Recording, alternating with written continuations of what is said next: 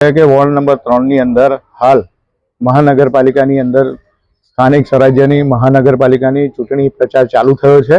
અને ચૂંટણી પ્રચારના ભાગ અંતર્ગત ભારતીય જનતા પાર્ટીનો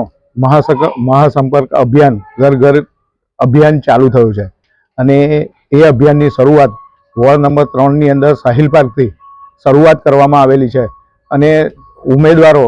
તમામ ઉમેદવારો જે ભારતીય જનતા પાર્ટીની ટિકિટ પરથી ચૂંટણી લડવાના છે એ તમામ ઉમેદવારો અત્યારે હાજર છે તથા કાર્યકરો અને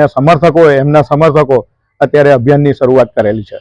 આગામી પાલિકાની ચૂંટણીમાં એક ઉમેદવાર ભાજપના જીત્યા હતા। આ પ્રકારે આ વર્ષે અને આ ચૂંટણીમાં કયા પ્રકારની જીતની અપેક્ષાઓ? અમે જે ભારતીય જનતા પાર્ટીનું શાસન અગાઉના 5 વર્ષમાં થયું એ શાસનના આધારે વોર્ડ નંબર 3 ની અંદર સારા કામો થયા અને એ કામોના આધારે રહીશોની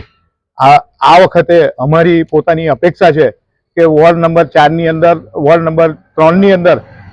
તમામ સીટ ભારતીય જનતા પાર્ટી જીતશે અને અમારા જે ઉમેદવારો છે એ પૂરેપૂરા સક્ષમ છે, લડી શકે એવા છે અને એમનું પોતાનું વર્ચસ્વ છે। એના કારણે અમે એવી આશા વ્યક્ત કરીએ છીએ કે વોર્ડ નંબર 3 ની અંદર ભારતીય જનતા પાર્ટીની તમામ સીટો જીતી શકીશું અમે।